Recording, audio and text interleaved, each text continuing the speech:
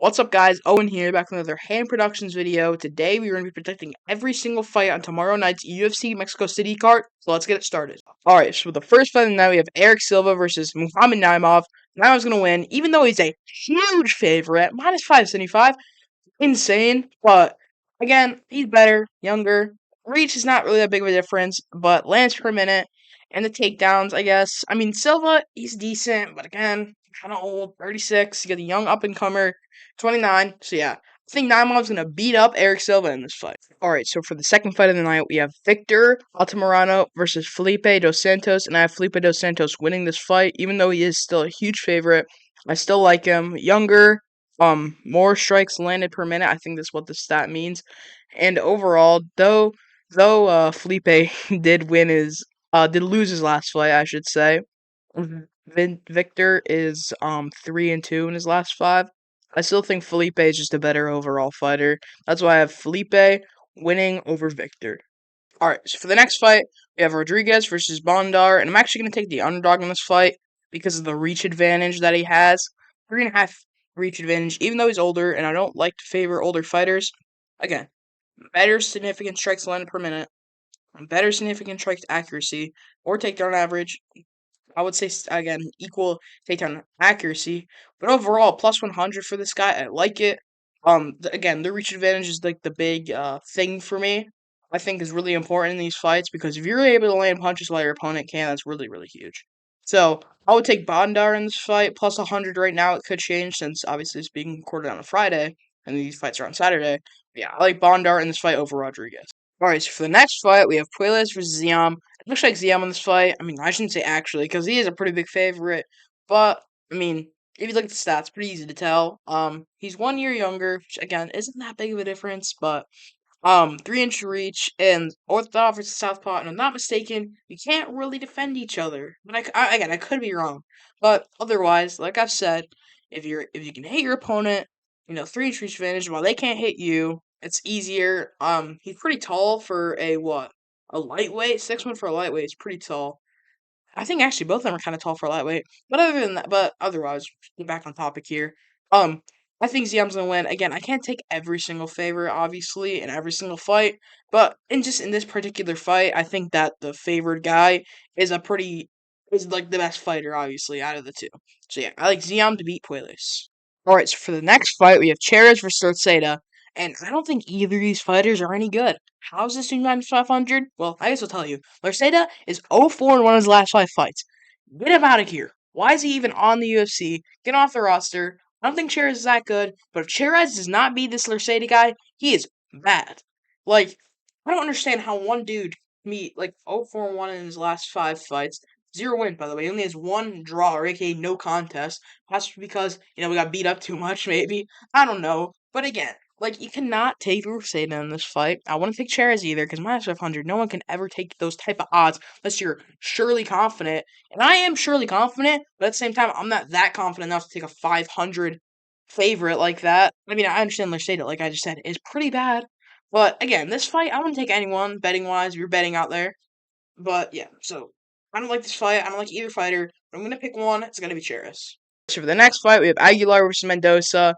And I gotta go with Mendoza, even though I think Aguilar's a stud. Look at the reach advantage in this fight. I know I've been talking about the reach advantage this entire video. Well, look at this. 9.5 reach advantage. And he's younger. And he's taller. And, he's got better significant strikes landed per minute.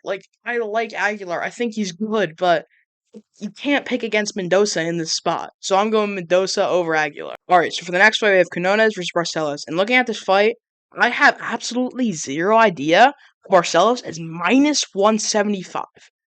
He's older. He's got a worse reach advantage.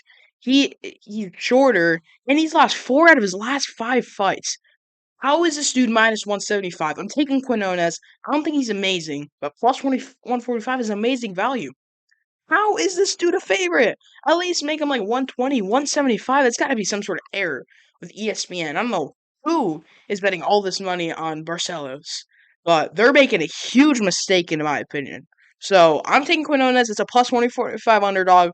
So, and this is the last fight of the prelims. So yeah, Quinones winning in the last fight of the prelims. All right, so for the next fight, we have Torres versus Duncan. And as much as I like Duncan, I think he's got good value at plus 160. Any like bettors out there, he's still really good. His only one loss came against that Borshev guy in Dana White's Nether series, but I still have to go Torres. 3 straight wins by first round knockout. Younger, better reach, same height. Well, like, look at the significant strike line per minute. Look at the average, and he's got a switch stance, so it means he's dangerous from left or right. He can catch you with those. So I'm thinking Torres in this fight. Minus 190s are it's kind of large odds, but in my opinion, think it's still a safe, bet or a safe pick to pick Torres. All right, so for the next fight, we're gonna do a quick little pick, you could say here. I like this girl over Hughes. More significant strikes landed per minute. Younger. Hughes 8-5 versus 10-1.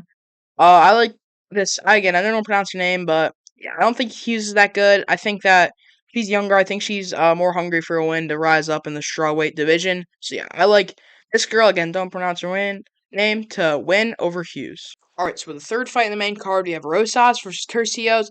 And I honestly think Tercios is gonna beat up Rosas. Rosas did not look good against Christian Rodriguez.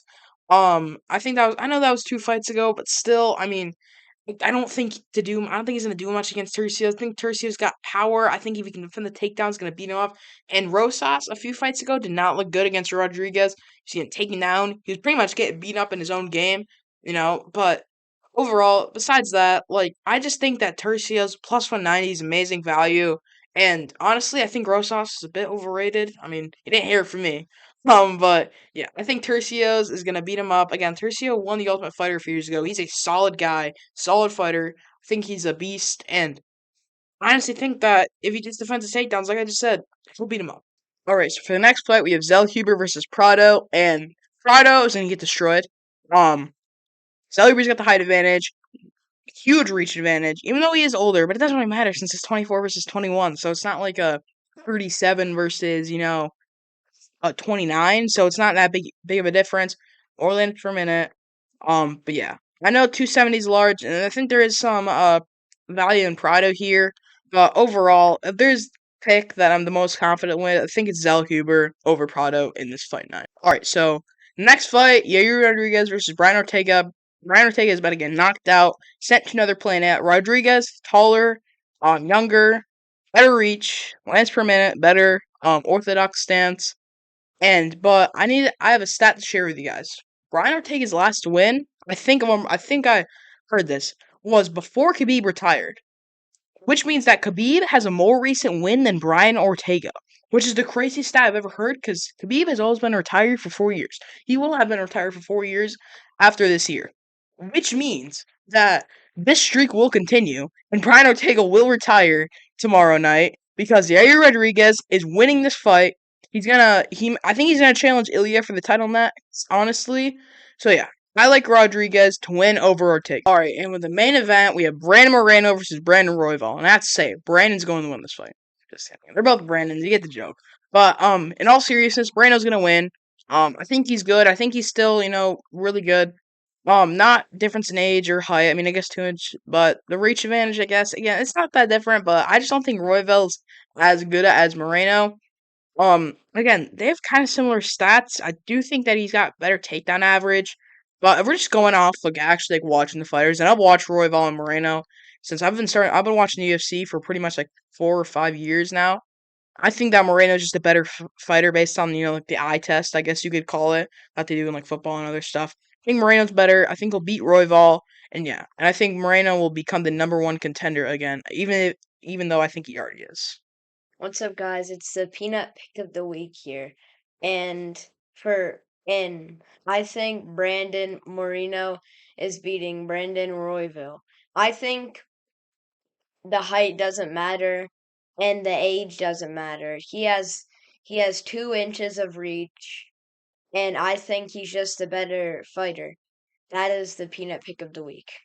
Alright, thank you guys for watching till the end. Hopefully you guys enjoyed the peanut pick of the week. He'll be a recurring guest on the season each week to predict UFC fights. Possibly if we get into March Madness, obviously we'll predict that a bit. But yes, for now he'll be a recurring guest in the Ham Productions universe, you could say. But yeah, so again, thank you guys for watching. Thank you guys for 34 subscribers. And yeah, I'll see you in the next video.